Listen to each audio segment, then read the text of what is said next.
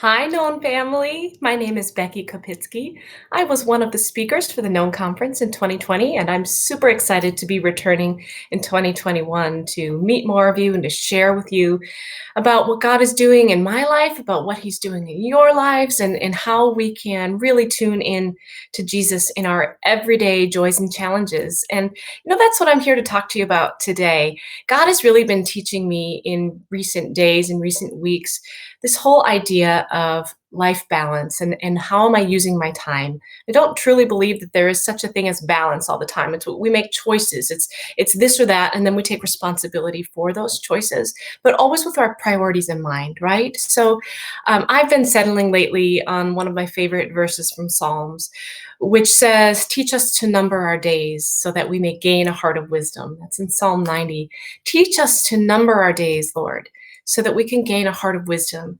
And to me, that says that, first of all, how we spend our time, that needs to be taught. And it's okay to seek God for some help with that, to seek Him for His wisdom. He tells us in the book of James that it's okay to come to Him and ask for wisdom, and He's going to give it to us in abundance without finding fault in us for asking. And so I love knowing that I can go to our Heavenly Father and say, "God, here's what's on my plate. Would you help me to number my days? Help me to prioritize what matters most to you, and how should I be spending my time?"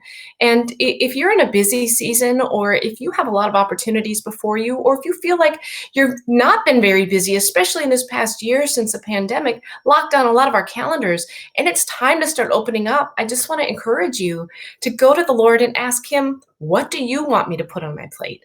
What is important to you and to your kingdom?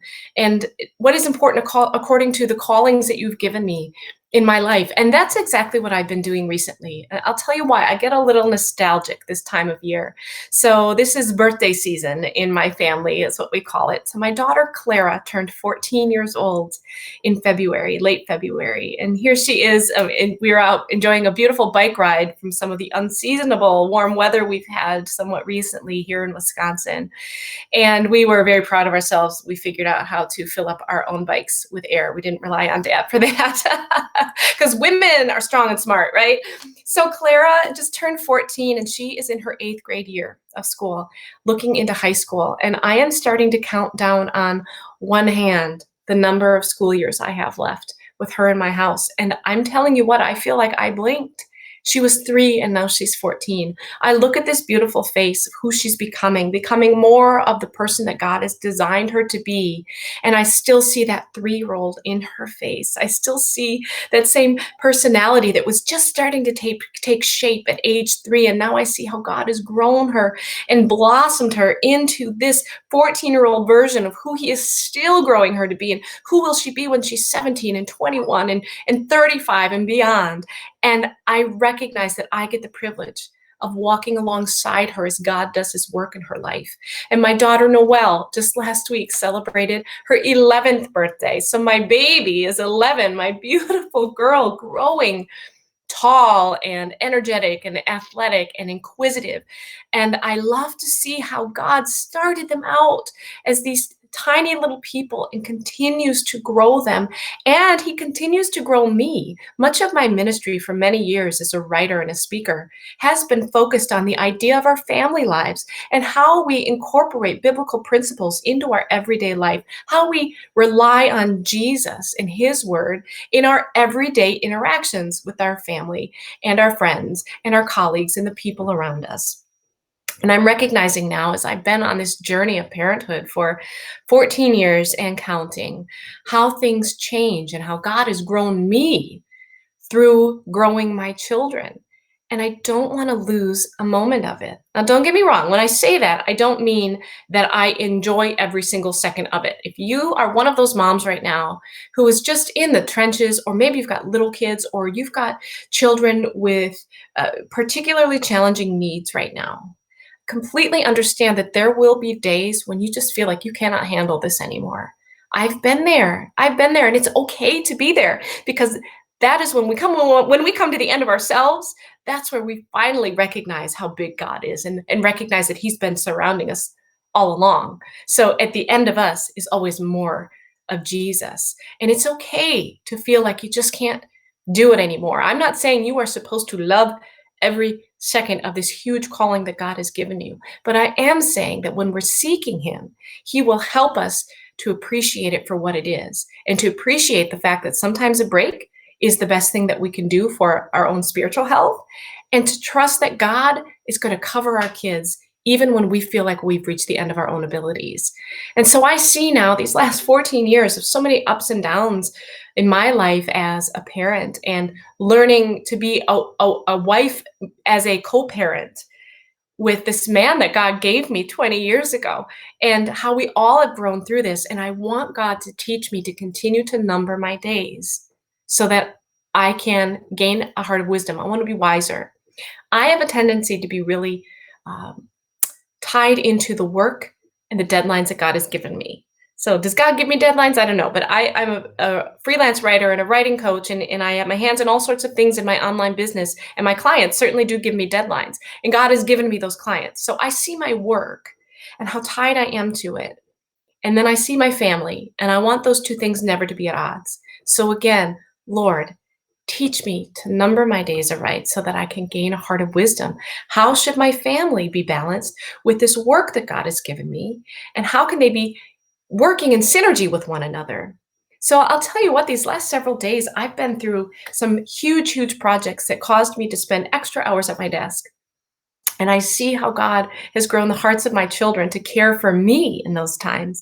My 14-year-old daughter sat right here by my desk with me when I had to have a late night deadline, and she wanted to make sure I was okay. So she sat next to me and she did her homework, and we chatted, and I did my work. And I just was so grateful to God that He is allowing my family and my work to exist not just side by side, but to exist one feeding off of the other. And I'm so grateful for that. And I never want to lose sight of the blessings God has given me, especially in my family, in terms of my work. So I am asking God, help me to recognize, when do I need to put it away, so that I can have a conversation, to look in my daughter's eyes, to not think that she is a distraction or an interruption to the work that God has given me to do, because my family is the primary work that God has given me to do. One should be serving the other.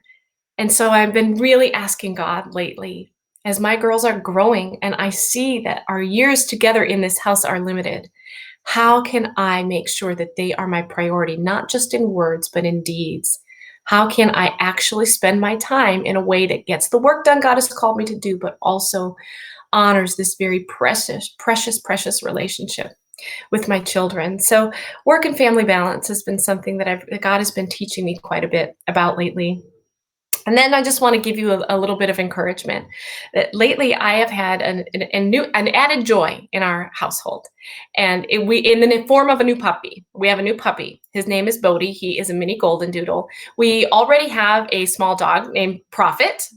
My girls like to call him the lost prophet of the Old Testament. Prophet is a little more, and he's delightful, and we've learned how to manage a dog, right? And so girls really wanted another one, and I thought, super, let's find a friend for Prophet. Let's become a 2-dog family. It's kind of like introducing the second baby into your household, right? So you get a new dog and you're all excited about having the new dog, and there is great joy there, but there is also some stress. And I just want to use that as an analogy for any area of your life right now that you know is a deep blessing in your life, whether it's your family or it's your job or it's any particular relationship or opportunity that you know is a blessing. But there are aspects of it that are stressful. There are aspects of it that bring you challenges, like getting up in the middle of the night to let a puppy out, right? Or having to separate two fighting dogs because one doesn't understand that the puppy thinks he's playing, or any of those sorts of stresses that, and this is such a small example, right? I'm just using this again as an analogy. My little joy of having this new dog in the house, and then the challenges that are also inherently tied to that. That is how God works, joy and sorrow side by side. One should not detract from the other. We can still count our joys and recognize that within them, God may be giving us challenges. And that's okay, because those challenges draw us closer to Him in coming to Him in prayer and asking Him for help, but they also build our character to be more like Christ. So I was telling you about this work that I have to do, and a lot of hours spent at my desk. But one of the joys of having my new puppy is that he likes to hang out with me under my desk. So I have a new little puppy friend, a little puppy visitor, who comes and lays right below my desk, and he sleeps under there for half the day while I do my work. And I feel like I have a little watchdog taking care of me during the day. So again, numbering our days, finding the joys, counting our joys, and understanding that even when there are some stresses attached to those, God has a purpose for all of them. So I just encourage you today that you would be counting your blessings and you would be weighing them much more heavily than you're weighing any of your grievances. And I'm going to try to do the same. So let's number our days so that we can gain a heart of wisdom. God's blessings to you all. Have a great day.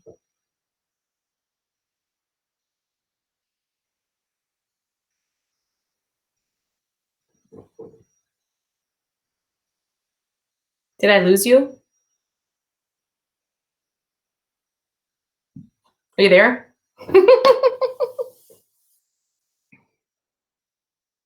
Oh, can't hear you.